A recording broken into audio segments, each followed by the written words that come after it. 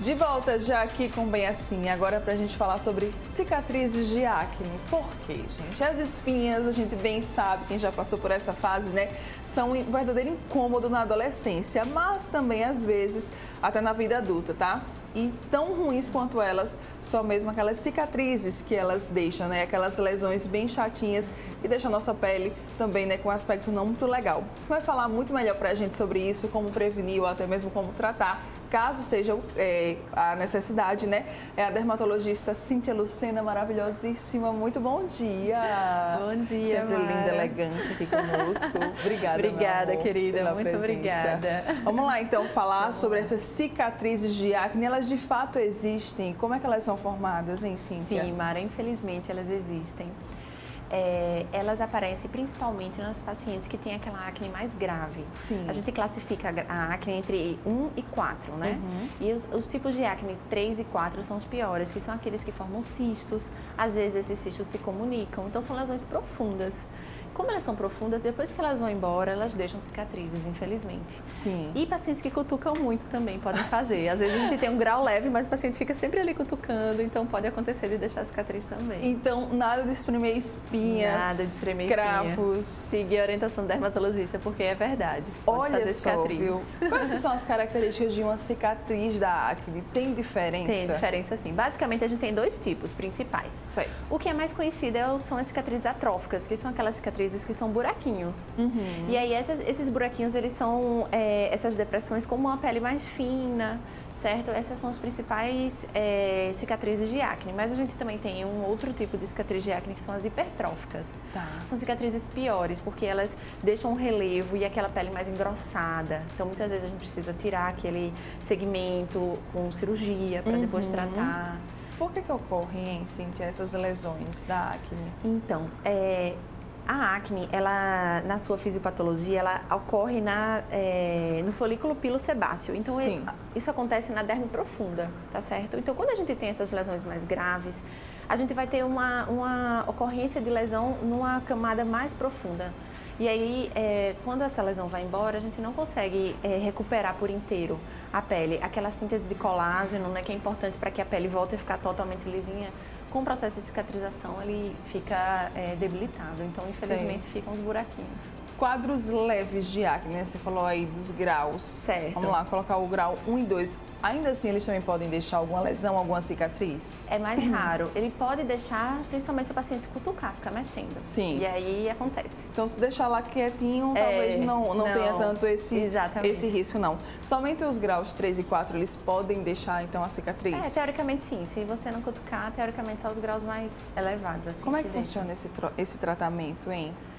Então, nós temos, vai depender do quadro, né? De qual tipo de cicatriz o paciente tem e qual é o grau de cicatriz que ele está apresentando, tá? Então, a gente tem desde peelings, né? Que podem funcionar de uma forma mais agressiva ou não, dependendo da substância que a gente usar. Então, a gente também pode associar tratamentos, mas peelings químicos é uma boa opção, dependendo do grau. E aí, a gente pode fazer também microagulhamento, né? Sim. A gente pode fazer a subincisão, que essa técnica é feita com anestesia local, porque realmente é bem dolorosa. Então, a gente faz a anestesia local e o paciente não sente dor.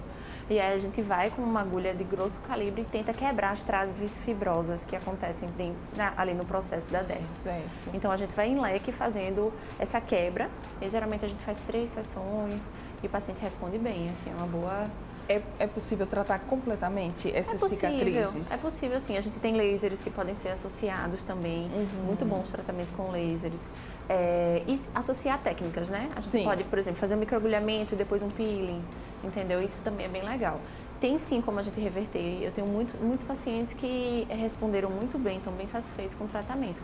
Mas existem outros que não, que a gente consegue só dar uma melhorada, não consegue reverter completamente. Isso vai depender do grau mesmo. Eu pergunto isso porque quando a gente fala assim, né, pele, rosto, sempre acaba ficando mais em evidência, né? Sim. Então, muito provavelmente, essa deve ser uma grande preocupação da maioria das pessoas em relação a essa cicatriz. Eu vou ficar com elas o resto da minha vida ou não? Como é que vai ser, né? Afeta muito a autoestima, né? Então, assim, é algo que eu sempre converso que a acne precisa ser tratado com um especialista. Muitas vezes o paciente vê muito orientação de outros colegas, de outros amigos que estão usando e, na verdade, ela já teria indicação de um tratamento mais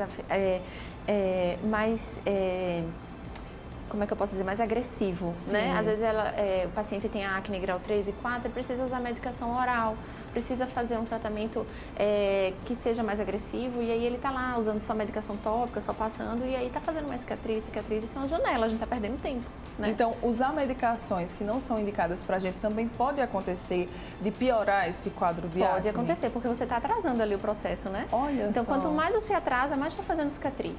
Hoje em dia a gente tem, se um paciente ele é adolescente e ele já tá num quadro grave de acne, a gente já tem indicação de fazer medicação oral. Era isso que eu ia perguntar, né? Se quanto mais você vai tratar essa acne precocemente, melhores são os resultados lá no futuro? Sim, melhores são os resultados lá no futuro. Então, se você tem um quadro de acne e é adolescente, é importante procurar um dermatologista. Desde já? Desde já.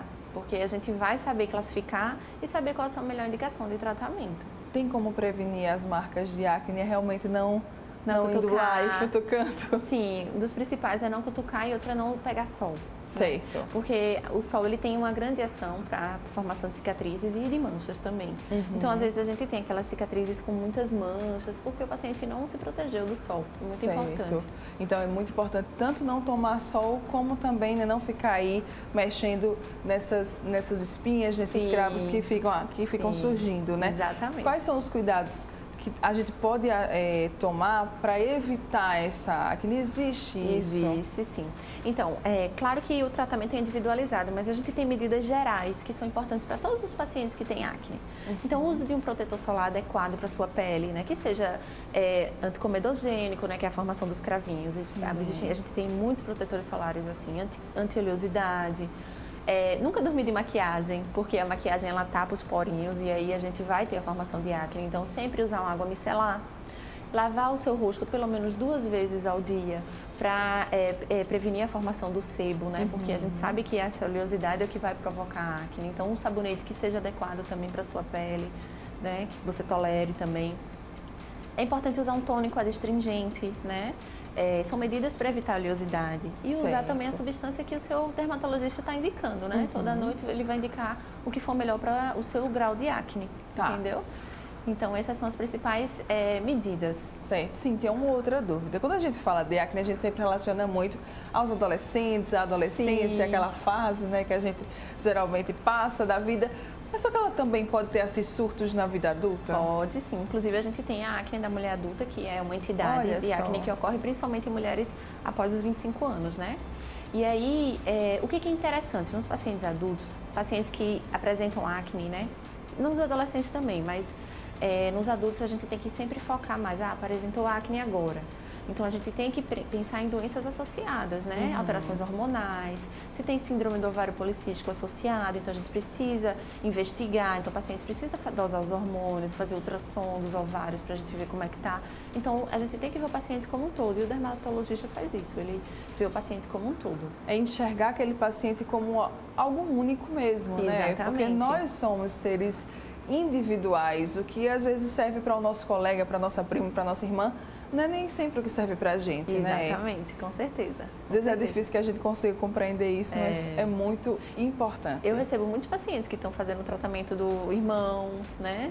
E assim, não passou anos sem o dermatologista, fazendo o tratamento de colegas. Isso, ainda me recordei agora aqui, as redes sociais, já querendo ou não, a internet, diversas plataformas digitais acabaram sim popularizando as informações, mas às vezes as informações elas são passadas de forma equivocada. Exatamente, né? A gente precisa saber usar a internet e ter os seus, assim, extrair todos os seus benefícios, né? Mas a gente também precisa entender que, como você falou, cada ser humano é único, então a gente não pode pegar a rotina de uma pessoa que está mostrando ali na internet e fazer igual, é sempre bom consultar. Às vezes a substância não dá para usar, enfim. Olha aí, tá vendo? Então sempre bom buscar sim um profissional, é sempre a melhor alternativa para você que está aí buscando tratar. Quando a gente fala de acne, então, vamos reforçar as principais dicas aí, Cíntia? Vamos sim. Então, as principais dicas que eu oriento é um sabonete adequado, usar o sabonete e lavar pelo menos 2 vezes ao dia.